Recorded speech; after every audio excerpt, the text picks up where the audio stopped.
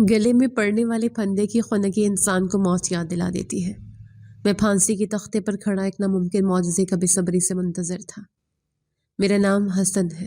میں ایک غریب طبقے سے تعلق رکھنے والا انسان تھا جسے زندگی نے ہوش سنبھالتے ہی محنت کی بھٹی میں جھونک دیا تھا۔ اکلوتا بیٹا ہونے کی وجہ سے میرے کندھوں پر ذمہ داریوں کا بوجھ بہت جلدی آ گیا تھا۔ میں نے اپنے لڑکپن سے ہی ابا کے ساتھ مل کر ان کا سڑک کنارے واقع ایک چھوٹا سا ڈھابا سنبھالنا شروع کر دیا تھا۔ یہ ڈھابا شہر کے ایک پرانے علاقے میں تھا جہاں دن بھر مزدوروں اور مسافروں کا رش لگا رہتا تھا۔ ابا ایک نہایت محنتی اور اصول پسند انسان تھے۔ وہ صبح سویرے اٹھ کر دالیں چولہے پر چڑھا دیتے اور سارا دن آگ کے سامنے کھڑے روٹیاں سینکتے رہتے۔ ان کے چہرے پر ہمیشہ تھکاوٹ کے باوجود ایک عجیب سا سکون اور مسکراہٹ رہتی تھی۔ میں اکثر ان کے ساتھ کھڑا برتن دھوتا اور گاہکوں کو کھانا پیش کرتا۔ ابا اپنے ماتھے کا پسینہ ایک پرانے کپڑے سے صاف کرتے اور گرم توے پر پانی کا چھینٹا مارتے ہوئے میری طرف دیکھتے۔ بیٹا، رزق بانٹنے سے بڑھتا ہے، یہ بات ہمیشہ اپنے ذہن میں رکھنا، کیونکہ دینے والا ہاتھ مانگنے والے ہاتھ سے ہمیشہ بہتر ہوتا ہے۔ میں حیرت سے انہیں دیکھتا اور دال کی دیگچی میں چمچ ہلاتے ہوئے قدرے جھنجھلاہٹ سے کہتا، ابا، ہم سارا دن آگ کے سامنے جلتے ہیں، بمشکل اتنے پیسے بنتے ہیں کہ ہمارے اپنے گھر کا چولہا جل سکے۔ ہم خود اتنے غریب ہیں تو دوسروں کو مفت کھانا کیسے کھلا سکتے ہیں؟ ابا کا چہرہ میری بات سن کر سنجیدہ ہو جاتا اور وہ چمٹے سے روٹی پلٹتے ہوئے میری طرف گہری نظروں سے دیکھتے۔ حسن، غریب وہ نہیں جس کی جیب خالی ہو، غریب وہ ہے جس کا دل چھوٹا ہو۔ اللہ نے ہمیں ہاتھ پاؤں دیے ہیں اور محنت کی توفیق دی ہے۔ اگر کوئی بھوکا ہمارے در پر آ جائے تو اسے خالی ہاتھ موڑنا رب کی ناشکری ہے۔ وقت اپنی رفتار سے گزرتا رہا۔ میری بہنیں بڑی ہوئی تو ابا نے دن رات ایک کر کے ان کے جہیز کا سامان جوڑا اور ان کی شادیاں کر دی۔ ابا مجھے بھی سمجھاتے، بیٹا، بہنیں گھر کی رحمت ہوتی ہیں، جب یہ اپنے گھروں کو چلی جاتی ہیں تو ان کی آنکھیں ہمیشہ بیکے کی راہ تکتی رہتی ہیں۔ عید تہوار پر انہیں کچھ دینے سے تمہارے رزق میں کبھی کمی نہیں آئے گی، بلکہ اللہ تمہیں اس کا 10 گنا دے گا۔ اسی طرح اگر تم کسی یتیم یا بے سہارا کو دیکھ لو تو اس کی مدد کرنا بھی اپنے اوپر فرض سمجھنا۔ میں ان کی ان باتوں کو غور سے سنتا اور اپنے دل میں بٹھا لیتا۔ میں نے ابا کو کبھی کسی ضرورت مند کو ڈھابے سے خالی ہاتھ لوٹاتے نہیں دیکھا تھا، اور یہی دریا دلی میرے اندر بھی خون بن کر دوڑنے لگی تھی۔ بہنوں کی شادیوں کے بعد ابا نے میری بھی شادی کر دی۔ میری بیوی ایک صابر اور شکر گزار عورت تھی جس نے ہمارے غریب خانوں کو اپنی محبت سے جنت بنا دیا تھا۔ گھر میں ایک نئی رونق آ گئی تھی، لیکن یہ خوشی زیادہ دیر تک نہ ٹک سکی۔ ابا اچانک بیمار پڑے اور ان کی بیماری نے انہیں چرپائی سے لگا دیا۔ وہ چند ہی دنوں میں ہمیں روتا بلکتا چھوڑ کر اس دنیا سے چلے گئے۔ ان کی موت نے میری کمر توڑ کر رکھ دی اور میرے کندھوں پر پورے گھر کا بوجھ آ گیا۔ ابا کی موت کے بعد ڈھابے کا کام سست پڑ گیا۔ میری بیوی رات کو مجھے پریشان دیکھ کر میرے پاس بیٹھتی اور مجھے تسلی دیتی، حسن، آپ پریشان نہ ہوں، اللہ کوئی نہ کوئی راستہ ضرور نکالے گا۔ ہم نے کبھی کسی کا برا نہیں کیا تو ہمارے ساتھ برا کیسے ہو سکتا ہے؟ میں لمبا سانس کھینچ کر کروٹ بدلتا اور چھت کی طرف دیکھتے ہوئے جواب دیتا، مجھے پریشانی اس بات کی نہیں کہ گاہک کم ہے، مجھے دکھ اس بات کا ہے کہ ابا کے جانے کے بعد جیسے اس جگہ کی رونق ہی ختم ہو گئی ہے۔ تم فکر نہ کرو، میں ہمت نہیں ہاروں گا، جب تک جان میں جان ہے محنت کرتا رہوں گا۔ اس ساری تنگی کے باوجود میں نے ابا کی ایک بات کو ہمیشہ سینے سے لگائے رکھا۔ میں غریب ضرور تھا لیکن دریا دل تھا، ہمیشہ دل کھول کر خرچ کرتا اور کبھی بھی کسی غریب کو دیکھ لیتا تو اس کی مدد ضرور کرتا۔ گرمیوں کی ایک دوپہر تھی، سورج آگ برسا رہا تھا اور سڑک پر ٹریفک کا شور بھی کم ہو چکا تھا۔ لو چل رہی تھی اور ڈھابے پر صرف 2 گاہک بیٹھے تھے جو خاموشی سے اپنی دال روٹی کا سالن کھا رہے تھے۔ میں چولہے کے پاس کھڑا پسینے میں شرابور تھا اور گندے برتنوں کو سمیٹنے میں لگا ہوا تھا۔ اسی دوران ایک 13-14 سال کا لڑکا آہستہ قدموں سے چلتا ہوا آیا اور ڈھابے کے کونے میں رکھی پرانی کرسی پر بیٹھ گیا۔ اس کے کپڑے میلے تھے، پاؤں میں ٹوٹی ہوئی چپل تھی اور چہرے پر شدید تھکاوٹ اور مایوسی تھی۔ وہ بالکل خاموش تھا اور اس کی حالت دیکھ کر ایسے لگتا تھا جیسے وہ یتیم اور بے سہارا ہو۔ میں نے محسوس کیا کہ وہ بھوکا ہے اور اس کی نظریں بار بار دوسرے گاہکوں کے کھانے پر جا رہی تھیں۔ میں اپنے ہاتھ کپڑے سے صاف کرتا ہوا اس کے پاس گیا اور اس کے کندھے پر نرمی سے ہاتھ رکھا۔ کیا بات ہے بیٹا، بہت خاموش خاموش بیٹھے ہو، کھانا کھاؤ گی؟ اس نے چونک کر میری طرف دیکھا اور اس کی آنکھوں میں ایک امید بھری چمک ابھر آئی۔ اس نے کچھ بولنے کی کوشش کی لیکن الفاظ اس کے خشک حلق میں ہی پھنس گئے۔ اس کی حالت مجھ سے دیکھی نہیں جا رہی تھی۔ میں سیدھا کاؤنٹر پر گیا اور ایک صاف پلیٹ میں گرم سالن اور 2 تازہ روٹیاں رکھ کر اس کے سامنے لا کر رکھ دی۔ یہ لو بیٹا، گرم گرم کھانا کھاؤ اور پریشان ہونے کی ضرورت نہیں ہے۔ وہ روٹی پر اس سے جھپٹا جیسے کئی دن سے بھوکا ہو۔ جب وہ کھانا ختم کر چکا تو وہ اپنے جھوٹے برتن لے کر میری طرف بڑھا اور اس کی نظریں جھکی ہوئی تھی۔ انکل، میرے پاس آپ کو دینے کے لیے کوئی پیسے نہیں ہیں، میں بہت مجبور ہوں۔ اس کی کانپتی ہوئی آواز سن کر میرا دل بھر آیا۔ میں نے اس کے ہاتھ سے برتن لیے، اس کے سر پر پیار دیا اور مسکرا کر بولا، کوئی بات نہیں بیٹا، پیسے نہیں ہیں تو کیا ہوا، تم ہر روز آ جایا کرو، تمہیں یہاں سے پیٹ بھر کر کھانا ملے گا۔ یہ سن کر اس کا چہرہ خوشی سے کھل اٹھا۔ اس نے تشکر بھری نگاہوں سے مجھے دیکھا۔ ایک ہلکی سی مسکراہٹ اس کے ہونٹوں پر ابھری اور وہ خاموشی سے وہاں سے چلا گیا۔ اگلے دن وہ نوجوان لڑکا ٹھیک اسی وقت میرے ڈھابے پر دوبارہ آیا۔ آج اس کے چہرے پر کل جیسی وحشت اور خوف نہیں تھا۔ میں نے فوراً اسے اپنے پاس بٹھایا اور ایک اچھی جگہ پر بٹھا کر اسے کھانا دیا۔ وہ اطمینان سے کھانا کھانے لگا۔ میں نے اس کے ماتھے سے پسینہ صاف کرتے ہوئے پوچھا، بیٹا تمہارا نام کیا ہے اور تم کہاں رہتے ہو؟ اس نے لقمہ چباتے ہوئے گہری سانس لی اور میری طرف دیکھتے ہوئے جواب دیا، میرا نام فرحان ہے انکل، اور میں یہاں سے کچھ دور اپنے چچا کے گھر رہتا ہوں۔ میں نے حیرت سے پوچھا، تمہارے ماں باپ کہاں ہیں اور تم اس حالت میں کیوں گھومتے ہو؟ اس کی آنکھوں میں آنسو آ گئے اور اس کی آواز بھاری ہو گئی۔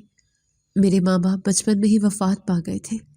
چچا دوسرے ملک میں کام کرتے ہیں اور ان کی کمائی سے ہی گھر چلتا ہے، لیکن چچی کا سلوک میرے ساتھ بالکل اچھا نہیں ہے۔ وہ مجھ سے سارا دن گھر کا کام کرواتی ہے اور بات بات پر تانے دیتی ہے، لیکن مجھے پیٹ بھر کر کھانا نہیں دیتی۔ میں بھوک سے تڑپتا رہتا ہوں اور گھر سے باہر نکل آتا ہوں۔ یہ سن کر میرا دل کٹ سا گیا اور میری آنکھوں میں بھی نمی آ گئی۔ فرحان، آج سے تم بے فکر ہو کر یہاں آؤ گے، کھانا تم یہیں کھایا کرو گے اور تمہیں کسی قسم کی کوئی فکر کرنے کی ضرورت نہیں ہے۔ جب تک میں زندہ ہوں اور یہ ڈھابا چل رہا ہے تم بھوکے نہیں سو گے۔ فرحان نے روتے ہوئے میرے ہاتھ کو مضبوطی سے پکڑ لیا اور شکریہ ادا کیا۔ اس دن کے بعد سے وہ روزانہ ڈھابے پر آنے لگا۔ اس کے ساتھ میرا ایک عجیب سا دلی لگاؤ پیدا ہو گیا۔ فرحان لگاتار میرے ڈھابے پر آتا رہتا۔ وہ آتا، اپنا کھانا کھاتا، میرا شکریہ ادا کرتا، ہنس کر 2-4 باتیں کرتا اور پھر اپنے راستے چلا جاتا۔ وہ اکثر ڈھابے کے چھوٹے موٹے کاموں میں بھی میری مدد کرنے کی کوشش کرتا۔ کبھی برتن اٹھا لیتا، کبھی میز صاف کر دیتا، لیکن میں اسے فوراً منع کر دیتا اور کہتا کہ تم صرف اپنی پڑھائی اور اپنے مستقبل پر توجہ دو، یہ کام کرنے کے لیے میں موجود ہوں۔ اسی طرح وہ آتا اور چلا جاتا اور ہماری زندگی ایک پرسکون راستے پر چل پڑی تھی۔ میں اپنی غریبی میں بھی مطمئن تھا کیونکہ میں کسی کے کام آ رہا تھا، لیکن وقت ہمیشہ ایک جیسا نہیں رہتا۔ پھر اچانک ایک دن وہ مجھے بتائے بنا ہی کہیں دور چلا گیا۔ وہ دن میرے لیے بہت پریشانی کا تھا۔ میں سارا دن اس کا انتظار کرتا رہا، لیکن وہ نہیں آیا۔ کئی دنوں سے میں اسے دیکھ رہا تھا، وہ ڈھابے پر نہیں آ رہا تھا۔ میں شدید فکر مند ہونے لگا۔ میں نے آس پاس کے لوگوں سے پوچھا، اس گلی تک بھی گیا جہاں اس نے اپنے چچا کا گھر بتایا تھا، لیکن اس کے بارے میں تو کوئی بھی نہیں جانتا تھا۔ مجھے ایسا لگا جیسے میرے اپنے بچے کو کسی نے مجھ سے چھین لیا ہو۔ میری آنکھیں روز سڑک پر اسے تلاش کرتی، لیکن فرحان کا کہیں نام و نشان نہیں تھا۔ وہ معصوم چہرہ میری زندگی سے ایسے غائب ہوا جیسے وہ کوئی خواب تھا جو اچانک ٹوٹ گیا ہو، اور میں بے بسی سے اس کی راہ تکتا رہ گیا۔ فرحان کی اچانک گمشدگی نے میرے روزمرہ کے معاملات کو بری طرح متاثر کر دیا تھا۔ میں نے مسلسل 3 دن تک اپنا کام بند رکھا اور اس لڑکے کو شہر کے ہر اس کونے میں تلاش کیا جہاں اس کے ہونے کا ذرا سا بھی امکان ہو سکتا تھا۔ میں گلی گلی گھوما اور ہر اس شخص سے سختی سے تفتیش کی جس نے اسے کبھی میرے ڈھابے کے آس پاس دیکھا تھا۔ میری بیوی نے میری اس خام خواہ کی الجھن کو دیکھا تو میرے کاندھے پر ہاتھ رکھا اور سنجیدگی سے بولی، حسن، آپ نے اپنی طرف سے پوری کوشش کر لی ہے، اب اسے اس کے حال پر چھوڑ دیں۔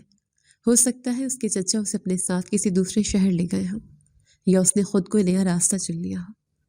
میں نے مڑ کر اس کی آنکھوں میں دیکھا اور 2 ٹوک لہجے میں جواب دیا، مجھے اس کی پرواہ نہیں ہے کہ وہ کہاں گیا ہے، اور نہ ہی میں کوئی جذباتی انسان ہوں۔ مجھے غصہ اس بات پر ہے کہ وہ مجھے بتائے بغیر کیوں گیا۔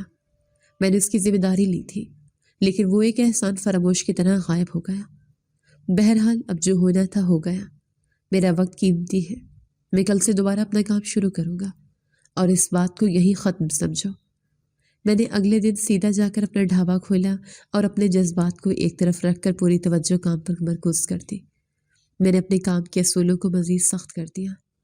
غریبوں کے لیے میرا دروازہ کھلا تھا، لیکن کام چوروں اور مفاد پرستوں کے لیے میں نے کوئی رعایت نہیں رکھی تھی۔ میں نے 2 نئے لڑکے کام پر رکھے اور انہیں پہلے ہی دن اپنے اصول واضح کر دیے۔ ایک لڑکے نے برتن دھونے میں سستی دکھائی تو میں نے اس کا گریبان پکڑ کر اسے سیدھا کھڑا کیا اور سخت لہجے میں بولا، یہاں کام کرنا ہے تو پھرتی دکھاؤ، میں تمہیں پیسے دیتا ہوں، تمہاری سستی برداشت کرنے کا ٹھیکہ نہیں لیا میں نے۔ اگر کل سے یہ رویہ رہا تو اپنا راستہ ناپ لینا۔ لڑکے نے خوفزدہ ہو کر گردن جھکائی اور تیزی سے برتن دھونے لگا۔ جی مالک، آئندہ شکایت کا موقع نہیں دوں گا۔ وقت گزرنے کے ساتھ ساتھ میرے ڈھابے کے حالات تیزی سے بدلنے لگے۔ میں نے مینیو میں اضافہ کیا، معیار کو بہتر بنایا اور قیمتیں مناسب رکھی۔ جو جگہ کبھی سنسان پڑی رہتی تھی وہاں اب گاہکوں کا رش لگنے لگا تھا۔ یہ اس سخت محنت کا نتیجہ تھا جو میں دن رات کر رہا تھا۔ میں نے سپلائرز کے ساتھ بھی سختی سے ڈیل کرنا شروع کر دی۔ ایک دن ایک فوڈ انسپیکٹر میرے ہوٹل میں آیا اور ادھر ادھر کی خامیاں نکال کر مجھ سے رشوت مانگنے کی کوشش کرنے لگا۔ وہ میرے کاؤنٹر پر جھک کر دھیمی مگر دھمکی آمیز آواز میں بولا، حسن صاحب، آپ کا کچن تو قانون کے مطابق نہیں ہے، اگر چالان سے بچنا ہے تو میرا خیال رکھنا پڑے گا، ورنہ ہوٹل سیل کر دوں گا۔ میں نے اپنا رجسٹر زور سے بند کیا اور اس کی آنکھوں میں آنکھیں ڈال کر کڑکدار آواز میں جواب دیا، یہ ہوٹل میری محنت سے چلتا ہے، تمہاری رشوت سے نہیں۔ جاؤ جا کر جو چالان کاٹنا ہے کاٹ دو، میں عدالت میں بھگت لوں گا، لیکن تمہیں 1 روپیہ حرام کا نہیں دوں گا۔ میرا راستہ چھوڑو اور فوراً یہاں سے نکل جاؤ۔ اس نے میرا سخت رویہ دیکھا تو بغیر کوئی چالان کاٹے وہاں سے کھسک گیا۔ میں نے کبھی کسی بلیک میلرز یا رشوت خور کے سامنے سر نہیں جھکایا تھا۔ ایک پرانا جاننے والا جو کبھی میری غریبی میں مجھ سے دور بھاگتا تھا اب میری کامیابی دیکھ کر میرے پاس آیا اور جھوٹی ہمدردی دکھاتے ہوئے بولا، یار حسن، تم تو بہت بڑے آدمی بن گئے ہو، مجھے اپنے ہوٹل میں کوئی حصہ دار بنا لو، ہم پرانے دوست ہیں۔ میں نے اسے اوپر سے نیچے تک دیکھا اور بے دردی سے جواب دیا، جب میرے پاس روٹی نہیں تھی تب تمہاری دوستی کہاں تھی؟ مجھے مفت خوروں کی ضرورت نہیں ہے، میرا وقت ضائع مت کرو اور یہاں سے جاؤ۔ انہی اصولوں پر چلتے ہوئے میں نے اس ڈھابے کی آمدن سے ہی شہر کے ایک انتہائی محفوظ اور اچھے علاقے میں پلاٹ خریدا۔ پراپرٹی ڈیلر نے مجھے پلاٹ کی قیمت بتاتے ہوئے کچھ چکنی چپڑی باتیں کرنے کی کوشش کی تو میں نے اس کی فائل میز پر پٹخ دی اور سیدھا بولا، مجھے کہانیاں مت سنا، یہ میرا آخری ریٹ ہے، منظور ہے تو ابھی کیش دیتا ہوں، ورنہ میں کسی اور ڈیلر کے پاس جا رہا ہوں۔ ڈیلر نے میری سختی اور نقد رقم دے کر فوراً سودا پکا کر لیا۔ آپ تو بہت کھرے انسان ہیں حسن صاحب، چلے ڈن کریں۔ چند ہی مہینوں میں نے وہاں اپنا ایک شاندار گھر بنا لیا۔ ہمارے غربت کے دن مکمل طور پر پیچھے رہ گئے تھے۔ میں نے اپنی بیوی کو پرانے کچے گھر سے نئے گھر میں منتقل کر دیا۔ وہ نئے گھر کے کمروں کو دیکھ کر خوشی سے رو پڑی اور میرے ہاتھ پکڑ کر بولی، حسن، مجھے تو یقین ہی نہیں آ رہا کہ یہ ہمارا اپنا گھر ہے، آپ کی محنت نے ہمارے دن بدل دیے ہیں۔ میں نے اس کے ہاتھ چھڑائے اور اسپاٹ لہجے میں جواب دیا، اس میں رونے والی کون سی بات ہے؟ میں نے محنت کی ہے اور یہ اسی کا نتیجہ ہے۔ جذباتی ہونے کی ضرورت نہیں، گھر کو سنبھالو اور سامان ترتیب دو۔ میں مارکیٹ کے ایک بڑے بازار سے گزر رہا تھا تو میری نظر ایک مشہور سونار کی دکان پر پڑی جہاں شیشے کے پیچھے سونے کے کڑے رکھے ہوئے تھے۔ مجھے فوراً یاد آیا کہ میری بیوی نے ہماری شادی کے ابتدائی دنوں میں بالکل ایسے ہی کڑوں کی خواہش ظاہر کی تھی، لیکن اس وقت میرے وسائل اتنے محدود تھے کہ میں 2 وقت کی روٹی بمشکل پوری کر پاتا تھا۔ میں سیدھا دکان میں داخل ہوا اور شیشے پر انگلی رکھ کر سونار سے کھردری آواز میں بولا، وہ کڑے نکالو، ان کا وزن کرو اور مجھے فائنل قیمت بتاؤ۔ مجھے بحث کا کوئی شوق نہیں ہے۔ سونار نے میری سنجیدگی دیکھ کر خاموشی سے کڑے نکالے، وزن کیا اور بل بنا کر میرے سامنے رکھ دیا۔ یہ لے صاحب، بالکل فکس ریٹ لگایا ہے۔ میں نے پیسے کاؤنٹر پر رکھے اور کڑے لے کر دکان سے باہر آ گیا۔ رات کو جب میں گھر پہنچا تو میں نے وہ ڈبہ اپنی بیوی کے سامنے میز پر رکھ دیا۔ اس نے ڈبہ کھولا تو اس کی آنکھیں حیرت سے کھلی کی کھلی رہ گئی اور اس کی آواز خوشی سے کانپنے لگی، حسن، یہ تو خالی سونے کے کڑے ہیں، آپ کو میری اتنی پرانی بات اب تک یاد تھی؟ میں تو خود بھول چکی تھی۔ میں نے اس کے جذباتی پن کو نظر انداز کرتے ہوئے نہایت مضبوط اور فیصلہ کن لہجے میں کہا، میں نے اس وقت تم سے کہا تھا کہ جب میرے پاس وسائل ہوں گی تو میں تمہاری یہ خواہش پوری کروں گا۔ میں اپنا کہا ہوا لفظ نہیں بھولتا۔ انہیں پہن لو اور احتیاط سے سنبھال کر رکھو۔ وہ کڑے پہن کر خوشی سے پورے گھر میں گھومنے لگی، لیکن میری زندگی میں اس تمام تر کامیابی اور پیسے کے باوجود ایک عجیب سا خالی پن تھا۔ مجھے فرحان کی کمی اب بھی محسوس ہوتی تھی۔ وہ میرا کچھ لگتا نہیں تھا اور ہمارا کوئی خونی رشتہ بھی نہیں تھا۔ اس کے ساتھ میں نے صرف ایک انسانیت کا رشتہ بنایا تھا۔ اس کا یوں اچانک سے غائب ہو جانا مجھے اندر ہی اندر الجھاتا تھا۔ کئی سال گزر چکے تھے اور میرا اس لڑکے سے رابطہ مکمل ختم ہو چکا تھا۔ میں اپنے نئے گھر کے لان میں اکیلا بیٹھا تھا اور میری نظریں دیوار پر جمی تھی۔ میری بیوی میرے پاس آ کر بیٹھی اور اس نے میری اس خاموشی کو بھانپ لیا۔ وہ میرے چہرے کو بغور دیکھتے ہوئے دھیمی آواز میں بولی، آپ کے پاس آج سب کچھ ہے، اچھا گھر، پیسہ، عزت، لیکن پھر بھی آپ اکثر یوں الجھے ہوئے کیوں لگتے ہیں؟ کیا آپ کو اب بھی اس یتیم لڑکے کی یاد آتی ہے جو ہمارے ڈھابے پر آتا تھا؟ میں نے سیدھا اس کی طرف دیکھا اور دو ٹوک جواب دیا، وہ کوئی یاد نہیں ہے جس کے لیے میں الجھتا رہوں۔ میں نے اس کے ساتھ نیکی کی تھی اور مجھے اس سے کوئی صلہ یا انعام نہیں چاہیے تھا۔ بس میں یہ سوچتا ہوں کہ احسان کی کوئی وقت نہیں ہے۔ اس موضوع پر آج کے بعد مجھ سے مزید بات کرنے کی ضرورت نہیں ہے۔ میں نے اپنی تمام تر توجہ اپنے کاروبار کی توسیع اور مستقبل کی منصوبہ بندی پر لگا دی۔ میں نے ڈھابے کی آمدن سے شہر کے چند بڑے اور بھروسے مند تاجروں کے ساتھ مل کر کچھ بڑی کمیٹیاں ڈالی تھیں۔ میرا مقصد ان پیسوں سے ایک بڑی کارگو گاڑی خریدنا تھا تاکہ اپنے ہوٹل کے لیے سامان کی ترسیل کا اپنے خود مختار نظام بنا سکوں۔ میں نے اپنا ایک پیسہ بڑی احتیاط اور سختی سے جوڑا تھا۔ جب کمیٹی کی مدت پوری ہوئی تو میں سیدھا تاجروں کے سربراہ کے پاس گیا اور دو ٹوک الفاظ میں بولا، میری کمیٹی کا وقت پورا ہو گیا ہے، مجھے میری پوری رقم کیش میں چاہیے۔ آج شام تک رقم تیار رکھنا، میں کسی قسم کا بہانہ نہیں سنوں گا۔ سربراہ نے میرے سخت لہجے سے مروب ہو کر فوراً اسبات میں سر ہلایا۔ حسن بھائی، آپ فکر نہ کریں، آپ کی رقم بالکل تیار ہے، آپ شام کو آ کر لے جائیں۔ میں شام کو مقررہ وقت پر پہنچا اور ایک بہت بڑی رقم میرے حوالے کر دی گئی۔ میں نے وہ تمام رقم ایک بڑے چمڑے کے بیگ میں ڈالی اور سیدھا اپنے گھر کا رخ کیا۔ میں اس بات سے بالکل بے خبر تھا کہ کوئی میرے ان پیسوں کی ٹوہ میں ہے اور میری ہر حرکت پر گہری نظر رکھے ہوئے ہے۔ گھر جا کر میں نے اپنے کمرے کا دروازہ اندر سے بند کیا۔ میں نے بیگ کھولا اور وہ تمام نوٹوں کی گڈیاں بستر پر رکھ دی۔ میری بیوی نے جب اتنی بڑی رقم دیکھی تو اس کے چہرے پر خوف اور پریشانی کے سائے لہرانے لگے۔ وہ گھبراہٹ بھرے لہجے میں تیزی سے بولی، حسن، اتنے سارے پیسے آپ گھر کیوں لے آئے ہیں؟ آپ کو معلوم ہے شہر کے حالات کچھ اچھے نہیں ہیں، آئے دن وارداتیں ہو رہی ہیں۔ میں نے پیسوں کو ترتیب سے رکھتے ہوئے سخت اور پورے اعتماد لہجے میں اس کی بات کاٹی، یہ میری پچھلی 2 سالوں کی دن رات کی محنت ہے، میں انہیں اپنے پاس رکھوں گا، کل ہی انہیں بینک میں جمع کرواؤں گا یا پھر سیدھا گاڑی کے شو روم جا کر اپنے کاروبار میں لگا دوں گا۔ تم بلا وجہ گھبرانے کی ضرورت نہیں ہے۔ وہ میرے مزید قریب آئی اور منت بھرے لہجے میں کہنے لگی، میری بات مانے حسن، اتنے پیسے گھر میں رکھنا کسی صورت ٹھیک نہیں ہے، مجھے بہت ڈر لگ رہا ہے، ہم نے بڑی مشکل سے یہ دن دیکھے ہیں، میں کوئی خطرہ مول نہیں لینا چاہتی۔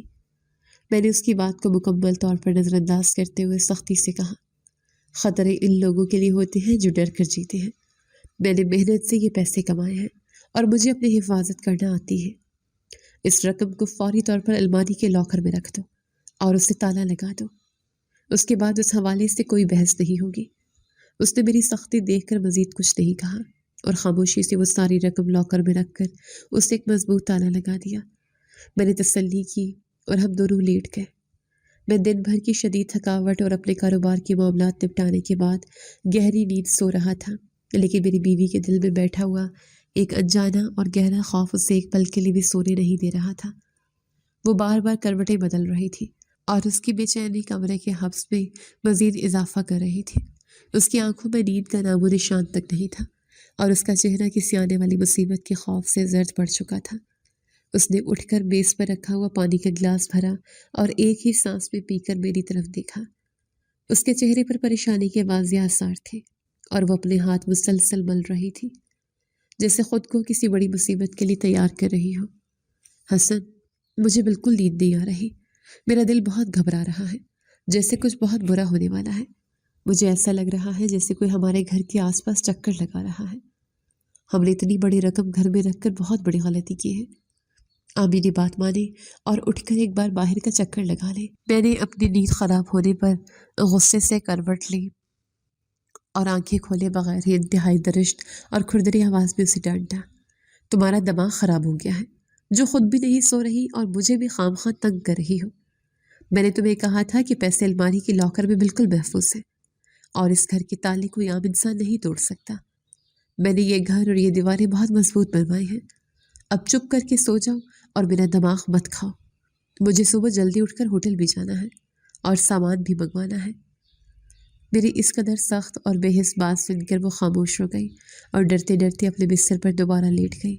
میں دوبارہ نیند کی وادی میں چلا گیا تھا اور اس بات سے قطعی نہ واقف تھا کہ کچھ نامعلوم سائے میرے گھر کی بیرونی دیوار پھلانگ چکے ہیں اور میری محنت کی کمائی پر ہاتھ صاف کرنے کے لیے بالکل تیار ہیں۔ باہر صحن میں ایک ہلکی سی آہٹ ابھری۔ یہ کسی کے دبے پاؤں چلنے کی آواز تھی جو رات کے اس گہرے سناٹے میں بہت واضح اور خوفناک محسوس ہو رہی تھی۔ میری بیوی فوراً اٹھ کر بیٹھ گئی اور اس کا سانس سینے میں بری طرح اٹک کر رہ گیا۔ اس نے اپنے کان دروازے کی طرف لگائے تو اسے کچھ لوگوں کی آپس میں سرگوشیاں کرنے اور دھاتی اوزاروں کے ٹکرانے کی آواز سنائی دی۔ اس نے کانپتے ہوئے ہاتھوں سے میرے کندھے کو زور سے ہلایا اور اس کی آواز میں ایک شدید دہشت چھپی ہوئی تھی جو اب ضبط سے باہر ہو رہی تھی۔ حسن، جلدی اٹھے، باہر صحن میں کوئی ہے۔ مجھے قدموں کی آواز سے آ رہی ہے اور کوئی ہمارے مین دروازے کے پاس کھڑا ہے۔ خدا نہ جلدی اٹھے۔ میں نے آپ سے کہا تھا کہ اتنی بڑی رقم گھر لانا خطرے سے خالی نہیں ہے۔ میں نے غصے سے اپنی آنکھیں کھولی اور بستر سے اٹھ کر بیٹھ گیا۔ میرا پارا ہائی ہو چکا تھا اور میں اس سے کوئی نہایت سخت جواب دینے ہی والا تھا کہ اچانک میرے کانوں میں بھی بیرونی دروازے کا بھاری تالا ٹوٹنے کی ایک زوردار آواز ٹکرائی۔ میرے جسم کا سارا خون ایک دم جیسے جم سا گیا اور میرے دماغ کی رگیں تن گئی۔ میری وہ ساری اکڑ، میرا سارا غرور اور وہ جھوٹا تحفظ ایک لمحے میں ہوا ہو گیا اور مجھے شدت سے احساس ہوا کہ میری بیوی کا خوف بالکل سچا تھا۔ میں نے اسے انگلی کے اشارے سے خاموش رہنے کا سختی سے حکم دیا اور میری آنکھوں میں ایک عجیب سی وحشت اتر آئی۔ اپنی آواز کو بالکل دھیما رکھتے ہوئے اور غصے سے دانت پیستے ہوئے میں نے کہا، ایک لفظ بھی مت بولنا اور بچوں کو فوراً اپنے پیچھے چھپا لو۔ میں خود دیکھتا ہوں کہ کس کی شامت اسے میرے گھر تک کھینچ لائے ہیں۔ میں نے دن رات جاگ کر یہ پیسہ کمایا ہے اور میں اپنے محنت کی کمائی پر کسی لٹیرے کو ہاتھ نہیں ڈالنے دوں گا، چاہے مجھے اس کے لیے آخری حد تک کیوں نہ جانا پڑا۔ اس نے روتے ہوئے اپنے سوئے ہوئے بچوں کو سینے سے لگا لیا اور کمرے کے ایک تاریک کونے میں دبک کر بیٹھ گئی۔ میں بستر سے نیچے اترا اور کوئی بھی مضبوط چیز ڈھونڈنے کے لیے ادھر ادھر نظریں دوڑائیں، لیکن میرے پاس اس وقت دفاع کے لیے کچھ نہیں تھا۔ اتنی دیر میں ہمارے کمرے کے دروازے کا ہینڈل نہایت آہستگی سے گھوما۔ میں نے اپنی سانسیں روک لی اور اپنے پٹھوں کو سخت کرتے ہوئے دروازے کی طرف قدم بڑھائے۔ دروازہ ایک زوردار جھٹکے سے کھلا اور 3 نقاب پوش افراد تیزی سے کمرے میں داخل ہو گئے۔ ان کے ہاتھوں میں خطرناک قسم کے ہتھیار تھے اور ان کی آنکھوں میں ایک عجیب سی درندگی ناچ رہی تھی۔ کمرے میں اندھیرا تھا، لیکن کھڑکی سے آنے والی اسٹریٹ لائٹ کی ہلکی روشنی میں ان کے ارادے اور ان کے چہروں پر چھائی ہوئی صفاقی صاف پڑھی جا سکتی تھی۔ ان میں سے ایک نے، جو شاید ان کا لیڈر تھا، اپنا ہتھیار سیدھا میری کن پٹی پر رکھ دیا اور اس کی آواز میں ایک صفاق اور بے رحم درندگی تھی۔ ایک آواز میں نکالی تو تمہیں یہی ڈھیر کر دوں گا۔ ہوشیاری دکھانے کی بالکل ضرورت نہیں ہے۔ ہمیں اچھی طرح معلوم ہے کہ آج تم تاجروں سے ایک بہت بڑی رقم لے کر آئے ہو۔ شرافت سے اس الماری کی چابی ہمارے حوالے کر دو اور اپنی اور اپنے خاندان کی جان بچا لو، ورنہ آج اس گھر سے کوئی بھی زندہ باہر نہیں جائے گا۔ اس سرد لوہے کی ٹھنڈک نے میرے دماغ کی رگیں کھینچ دی تھی۔ خطرہ بالکل میرے سامنے کھڑا تھا اور اس کا تاریک سایہ میرے پورے خاندان پر پڑ رہا تھا۔ میں نے اس شخص کی آنکھوں میں سیدھا دیکھا اور میرے لہجے میں خوف کی بجائے ایک شدید غصہ اور ایک ایسی نفرت تھی جو مجھے کسی بھی حد تک جانے پر اکسا رہی تھی۔ میں نے اپنے جبڑے سختی سے بھینچے اور ایک ایک لفظ کو چبا کر بولا، تم لوگوں کو بہت بڑی غلط فہمی ہوئی ہے۔ میرے پاس کوئی پیسہ نہیں ہے۔ جو کچھ تھا میں آج شام ہی اپنے کاروبار میں لگا چکا ہوں اور گاڑیاں بک کروا چکا ہوں۔ اگر تم نے مجھ پر یا میرے خاندان پر ہاتھ اٹھانے کی ذرا سی بھی کوشش کی تو یاد رکھنا، میں تمہاری جان نکالوں گا۔ تم مجھے جانتے نہیں ہو۔ میں نے سڑکوں پر دھکے کھا کر یہ مقام بنایا ہے۔ میں تم جیسے گیدڑوں سے ڈرنے والا نہیں ہوں۔ اس نے میری اس دھمکی پر ایک تنزیہ اور بھیانک کہکا لگایا اور ہتھیار کی نالی میرے سر پر مزید زور سے دبا دی۔ اس کے ساتھ ہی تیزی سے کمرے کی چیزیں الٹنے پلٹنے لگے اور تلاشی کا عمل شروع کر دیا۔ اس نے میری آنکھوں پہ گھورتے ہوئے انتہائی حقارت اور تمسخر سے کہا، تو سمجھتا ہے ہم یہاں بنا معلومات کے اور یوں ہی منہ اٹھا کر آ گئے ہیں؟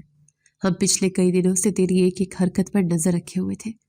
ہمیں معلوم ہے کہ وہ پیسوں سے بھرا ہوا چمڑے کا بیگ اسی کمرے کی الماری میں موجود ہے۔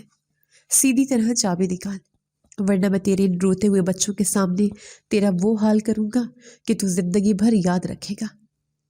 میرا دل زور زور سے دھڑک رہا تھا، لیکن میرا دماغ تیزی سے کام کر رہا تھا اور صورتحال کا جائزہ لے رہا تھا۔ یہ وہ پیسے تھے جو میں نے پچھلے 2 سالوں میں اپنا خون پسینہ ایک کر کے جوڑے تھے۔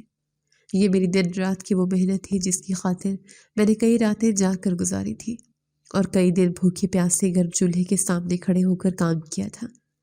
میں کسی بھی قیمت پر اپنی یہ جمع پونجی ان لٹیروں کے حوالے نہیں کر سکتا تھا، چاہے اس کے لیے مجھے اپنی جان ہی کیوں نہ دینی پڑے۔ میں نے انتہائی رونت اور ڈھٹائی سے جواب دیتے ہوئے اس کی آنکھوں میں دوبارہ دیکھا اور میرا لہجہ اور بھی زیادہ کڑوا ہو گیا۔ میں نے ایک بار کہہ دیا ہے کہ یہاں کچھ نہیں ہے، تم لوگ اپنا وقت ضائع کر رہے ہو۔ میرا راستہ چھوڑ دو ورنہ میں بھی شور مچا کر پورے محلے کو اکٹھا کر لوں گا۔ تم یہاں سے زندہ بچ کر نہیں جا پاؤ گے۔ یہ شرافت کا علاقہ ہے، یہاں کے لوگ تمہاری بوٹیاں نوچ لیں گے۔ دوسرے نقاب پوش نے جو الماری کے پاس کھڑا تھا ایک بھاری لوہے کی راڈ سے الماری کا مضبوط لاک توڑنے کی کوشش شروع کر دی۔ اس کی بھاری ضربوں کی آواز کمرے میں گونجنے لگی اور ہر ضرب میرے دل پر لگ رہی تھی۔ میری بیوی اور بچے خوف سے بری طرح کانپ رہے تھے اور ان کی دبی دبی سسکیوں کی آواز مجھے اندر سے پاگل کر رہی تھی۔ پہلے نقاب پوش نے میری گردن پر سختی سے ہاتھ ڈالا اور مجھے زور سے دھکا دے کر دیوار کے ساتھ لگا دیا۔ اس کی آواز میں اب شدید غصہ اور جلد بازی شامل ہو چکی تھی۔ تو ایسے شرافت سے نہیں مانے گا، تیرا یہ سارا غرور اور یہ ساری اکڑ مجھے اب توڑنی پڑے گی۔ تجھے اپنی جان سے زیادہ پیسوں سے پیار ہے تو اب دیکھ میں تیرے ساتھ کیا کرتا ہوں۔ اس نے اپنے تیسرے ساتھی کو ایک اشارہ کیا جو اب تک خاموش کھڑا حالات کا جائزہ لے رہا تھا۔ وہ شخص تیزی سے میری بیوی کی طرف بڑھا۔ میری بیوی خوف سے زور سے چیخی اور اس نے اپنے معصوم بچوں کو مزید اپنے پیچھے چھپانے کی بھرپور کوشش کی۔ اس شخص کی لالچی نظر میری بیوی کے کانپتے ہوئے ہاتھوں میں پہنے ہوئے ان خالص سونے کے کڑوں پر پڑ گئی جو میں نے چند دن پہلے ہی اس کی پرانی خواہش پوری کرنے کے لیے اسے لا کر دیے تھے۔ اس شخص نے آگے بڑھ کر میری بیوی کا نرم بازو انتہائی سختی سے پکڑ لیا اور درندگی سے بولا، یہ سونے کے کڑے فوراً اتار کر میرے حوالے کر دے، ورنہ میں تیرے ان بچوں کو ایسا نقصان پہنچاؤں گا کہ تو ساری زندگی روتی رہے گی۔ جلدی کر، ہمارے پاس وقت نہیں ہے، اور اگر تو نے شور مچایا تو تیرا شوہر بھی زندہ نہیں بچے گا۔ میری بیوی کی آنکھوں سے خوف اور بے بسی کے آنسو تیزی سے بہہ رہے تھے اور وہ دردناک نظروں سے میری طرف دیکھ رہی تھی۔ اس نے کانپتے ہوئے ہاتھوں سے وہ کڑے اتارنے کی کوشش کی، لیکن شدید خوف اور گھبراہٹ کی وجہ سے اس کے ہاتھ بالکل کام نہیں کر رہے تھے اور کڑے اس کی کلائیوں میں پھنس گئے تھے۔ اس کی یہ بے بس حالت اور اس لٹیرے کا میرے بچوں کی طرف بڑھتا ہوا ہاتھ دیکھ کر میرے اندر کا سویا ہوا جانور پوری طرح جاگ گیا۔ میرا سارا غصہ، ساری برداشت اور سارا ضبط ایک دم جواب دے گیا۔ میں نے اپنی زندگی میں غربت کے وہ بدترین دن دیکھے تھے جب میرے پاس اپنی بیوی کو پہنانے کے لیے شیشے کی سستی چوڑیاں تک نہیں ہوتی تھی۔ میں نے ایک ایک پیسہ جوڑ کر دن رات محنت کر کے اسے یہ چھوٹی سی خوشی دی تھی، اور اب یہ نامعلوم لٹیرے میرے سامنے میری عزت پر اور میری محنت پر ہاتھ ڈال رہے تھے۔ میں نے پوری شدت سے دھاڑتے ہوئے اور اپنی آواز کو بلند کرتے ہوئے کہا، اس کا ہاتھ فوراً چھوڑ دے کمینے، ورنہ میں تیری بوٹیاں نوچ لوں گا۔ تم نے میرے خاندان پر ہاتھ ڈال کر اپنی موت کو دعوت دی ہے۔ میں تم میں سے کسی ایک کو بھی یہاں سے زندہ نہیں جانے دوں گا۔ جس شخص نے میری کنپٹی پر وہ خطرناک ہتھیار رکھا ہوا تھا، اس نے مجھے مزید قابو کرنے کے لیے مجھ پر ایک بھاری ضرب لگانی چاہی تاکہ میں بے ہوش ہو جاؤں، لیکن میں ذہنی طور پر اس کے ہر حملے کے لیے پوری طرح تیار تھا۔ میں نے موقع پاتے ہی بجلی کی سی تیزی سے حرکت کی اور اپنا سر ایک طرف جھکا لیا۔ میں نے اپنے بائیں بازو سے اس کے اس ہاتھ کو پوری طاقت سے اور ایک زوردار جھٹکے سے پکڑا جس میں اس نے وہ ہتھیار تھاما ہوا تھا، اور اسے اپنے سے دور دھکیل دیا۔ وہ میری اس اچانک اور بھرپور مزاحمت کے لیے بالکل تیار نہیں تھا۔ وہ اپنا توازن برقرار نہ رکھ سکا اور لڑکھڑا کر پیچھے کی طرف گرا۔ میں نے ایک لمحے کی بھی تاخیر کیے بغیر اور اسے سنبھلنے کا کوئی موقع دیے بغیر آگے بڑھ کر اس کے ہاتھ پر اپنا بھاری پاؤں پوری طاقت سے دے مارا۔ اس کے منہ سے درد کی کیسی انتہائی تکلیف سے آواز نکلی اور اس کی گریز اپنے ہتھیار پر بالکل ڈھیلی پڑ گئی۔ میں نے تیزی سے جھک کر وہ ہتھیار اس کے ہاتھ سے چھین لیا۔ اب صورتحال مکمل طور پر بدل چکی تھی اور بازی پوری طرح میرے ہاتھ میں آ چکی تھی۔ میں نے وہ ہتھیار سیدھا اس شخص کی طرف تان لیا جو میری بیوی کے پاس کھڑا اسے ڈرا رہا تھا، اور میری آواز کمرے میں ایک گرجدار طوفان کی طرح گونجی، پیچھے ہٹ جاؤ سب کے سب، اپنی جگہ پر رک جاؤ، ورنہ آج اس کمرے سے کوئی بھی اپنے پیروں پر چل کر باہر نہیں جائے گا۔ میں نے کہا تھا کہ مجھے مجبور مت کرو، اب میں ایک ایک کو یہی دفن کر دوں گا۔ میری بیوی اور بچے اس اچانک ہونے والے الٹ پھیر پر انتہائی حیران اور دم بخود تھے۔ جو لٹیرے چند لمحے پہلے موت بانٹنے آئے تھے اور خود کو خدا سمجھ رہے تھے، اب ان کی اپنی جان شکنجے میں آ چکی تھی۔ جس شخص کا میں نے ہتھیار چھینا تھا اس نے زمین سے اٹھتے ہوئے نہایت پھرتی اور غصے سے میرا گریبان پکڑ لیا اور مجھے نیچے گرانے کی بھرپور کوشش کی۔ اس کی آنکھوں میں موت کا واضح خوف اور اپنی بقا کی جنگ تھی۔ میں نے اسے سیدھا دیکھتے ہوئے اور دھکا دیتے ہوئے انتہائی بے رحمی سے کہا، تو نے غلط گھر کا انتخاب کیا ہے۔ آج میں تجھے بتاؤں گا کہ ایک محنت کش انسان کا غصہ کیا ہوتا ہے اور وہ اپنے حق کے لیے کیسے لڑتا ہے۔ تیری موت آج میرے ہاتھوں لکھی جا چکی ہے۔ اس کے باقی دونوں ساتھیوں نے جب دیکھا کہ معاملہ بالکل ان کے ہاتھ سے نکل گیا ہے اور ان کا طاقتور لیڈر میری مضبوط گرفت میں پھنس چکا ہے، تو ان کے چہروں پر شدید خوف اور بزدلی چھا گئی۔ انہوں نے اپنے ساتھی کو اس مشکل میں بچانے کی بجائے وہاں سے بھاگنے میں ہی اپنی عافیت جانی۔ اب کمرے میں صرف میں تھا اور وہ لٹیرا تھا جو مجھ سے مسلسل گتھم گتھا تھا، اور میرے ہاتھ میں وہ ہتھیار تھا جو کسی بھی وقت کسی کی بھی جان لے سکتا تھا۔ ہم دونوں کے درمیان کشمکش اپنے عروج پر تھی اور کوئی بھی ہار ماننے کو تیار نہیں تھا۔ وہ مجھے زمین پر پٹکنے کی کوشش کر رہا تھا اور میں اس کی گریب سے اپنا گریبان چھڑانے کی جدوجہد کر رہا تھا۔ اسی کھینچا تانی اور شدید ہاتھا پائی کے دوران اچانک میرے ہاتھ میں موجود اس ہتھیار کا ٹریگر دب گیا اور ایک زوردار دھماکے کی آواز نے کمرے کی در و دیوار ہلا دیے۔ ایک لمحے کے لیے کمرے میں مکمل سناٹا چھا گیا اور سب کچھ جیسے منجمد ہو گیا۔ وہ شخص جو مجھ سے پوری طاقت سے گتھم گتھا تھا، اچانک اس کی گرفت میرے گریبان پر بالکل ڈھیلی پڑ گئی اور وہ ایک بھاری بوجھ کی طرح فرش پر گر گیا۔ اس حادثاتی دھماکے کی وجہ سے وہ لٹیرا شدید زخمی ہو کر وہی ڈھیر ہو چکا تھا اور اس کی سانسیں ہمیشہ کے لیے تھم چکی تھی۔ اتنی دیر میں اس دھماکے کی زوردار آواز سن کر پوری گلی میں ایک ہنگامہ کھڑا ہو گیا اور محلے کے لوگ جاگ چکے تھے۔ چوری کرنے والے وہ بدماش بھی کہیں باہر کے نہیں تھے، بلکہ اسی علاقے کے جرائم پیشہ افراد تھے جن کا پورے محلے میں ایک خوف قائم تھا۔ ان لوگوں کی وجہ سے ہی رات کے اس پہر یہ سارا شور و غل بپا ہوا تھا۔ مجھ سے وہ اپنی جان بچانے اور اپنے خاندان کی دفاع کی کشمکش میں مارا گیا تھا۔ میرے چہرے پر کوئی پچھتاوا نہیں تھا، کیونکہ میں نے جو کیا وہ ایک باپ اور ایک شوہر کی حیثیت سے میرا فرض تھا۔ باہر لوگوں کے ہجوم جمع ہو چکا تھا اور تھوڑی دیر کے بعد ہی کسی نے پولیس کو بلا لیا۔ پولیس کی گاڑیاں سائرن بجاتی ہوئی میرے گھر کے دروازے پر آ کر رک گئی۔ پولیس اہلکار تیزی سے اندر داخل ہوئے اور انہوں نے حالات کا جائزہ لیے بغیر سیدھا مجھ پر قتل کا سنگین الزام لگا دیا اور مجھے موقع پر ہی گرفتار کروا دیا۔ ایک موٹے اور کھردرے چہرے والے پولیس افسر نے میرے ہاتھوں میں ہتھکڑی پہناتے ہوئے انتہائی رونت اور تحکمانہ انداز میں کہا، تم نے قانون کو اپنے ہاتھ میں لیا ہے اور ایک انسان کی جان لی ہے، اب تمہیں اس جرم کا پورا حساب دینا ہوگا۔ چل اب تھانے، تیری ساری اکڑ وہاں نکالتا ہوں۔ میں نے اپنا سر فخر سے بلند رکھا اور اس کی آنکھوں میں آنکھیں ڈال کر دو ٹوک اور سخت لہجے میں جواب دیا، میں نے کوئی جرم نہیں کیا۔ یہ چور رات کے اندھیرے میں میرے گھر چوری کرنے آئے تھے اور انہوں نے میری بیوی بچوں کو مارنے کی دھمکی دی تھی۔ میں نے جو کچھ بھی کیا وہ محض اپنا اور اپنے مال کا دفاع تھا۔ میں کسی سے ڈرنے والا نہیں ہوں، لیکن میری ایک نہ سنی گئی اور انہوں نے مجھے دھکے دیتے ہوئے پولیس کی گاڑی میں بٹھا دیا۔ مجھے تھانے کی ایک تاریک اور بدبودار کوٹھڑی میں بند کر دیا گیا۔ صبح ہوتے ہی تفتیش کا سلسلہ شروع ہوا تو مجھے اندازہ ہوا کہ نظام کتنا کرپٹ اور بکاؤ ہے۔ مارا جانے والا چور علاقے کے ایک بہت بڑے بدماش اور رسوخدار خاندان کا کرندہ تھا۔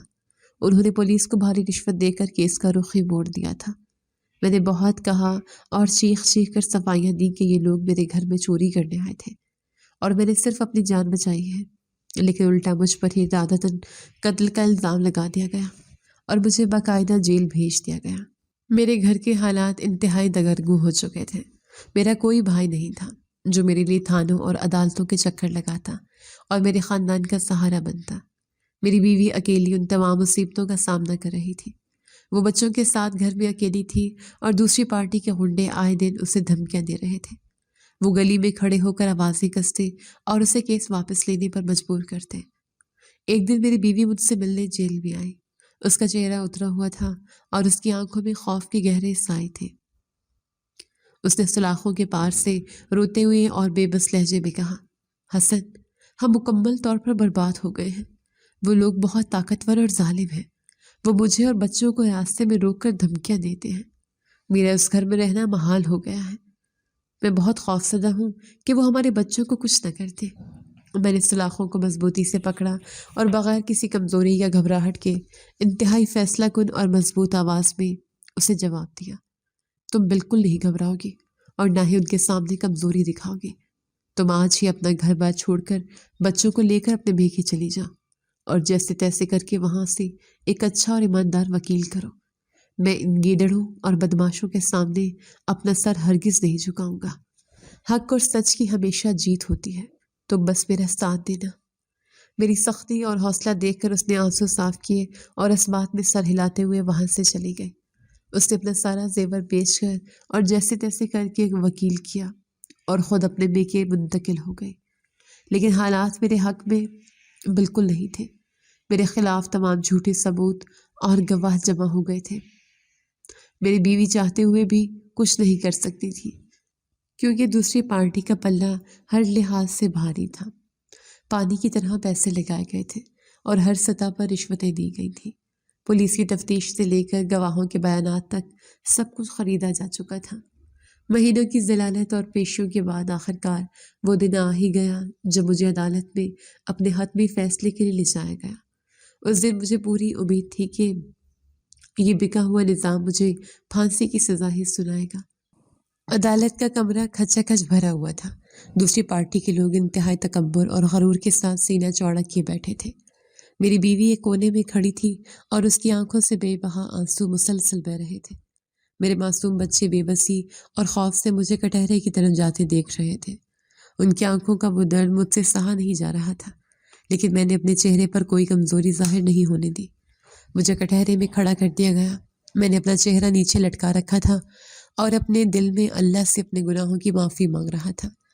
میں یہی سوچ رہا تھا کہ اپنا دفاع کرتے ہوئے اپنا گھر اور اپنے بچوں کی زندگی بچانے کے لیے اگر میں نے واقعی غلطی سے ایک غلط قدم اٹھا لیا تو آج میں اس کی آخری سزا بھگتنے جا رہا ہوں۔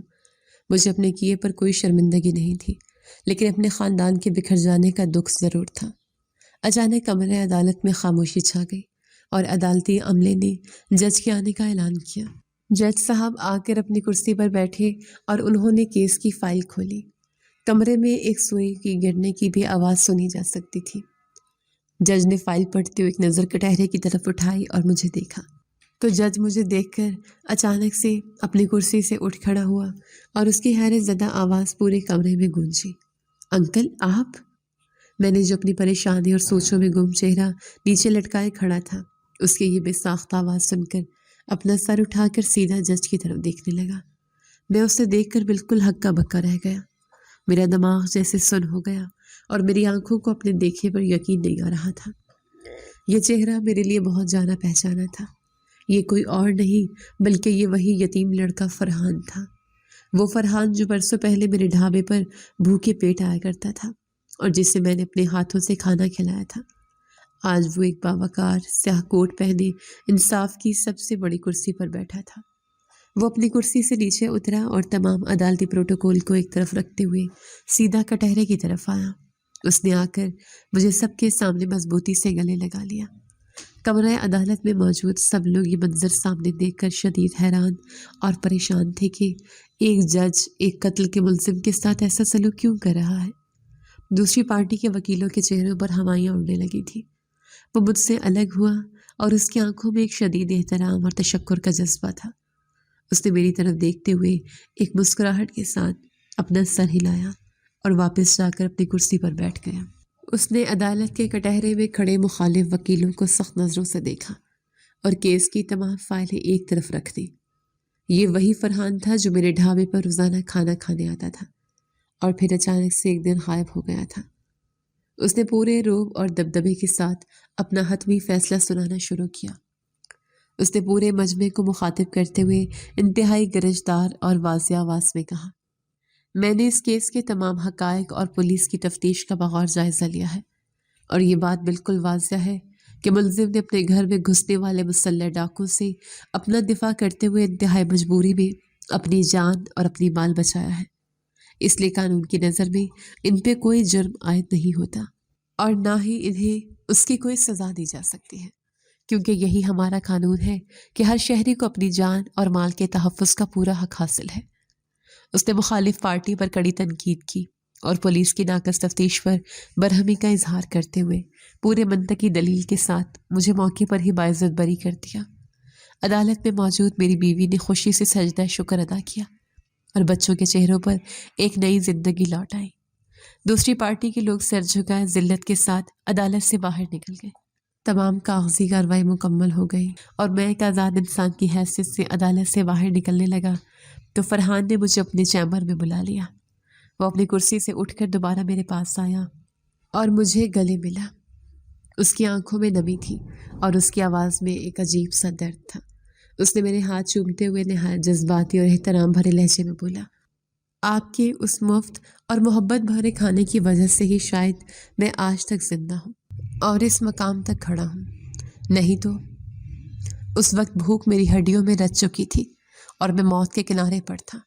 آپ کا یہ عظیم احسان میں زندگی بھر نہیں بھولوں گا۔ آپ نے مجھ پر ایک باپ کی طرح شفقت کی تھی۔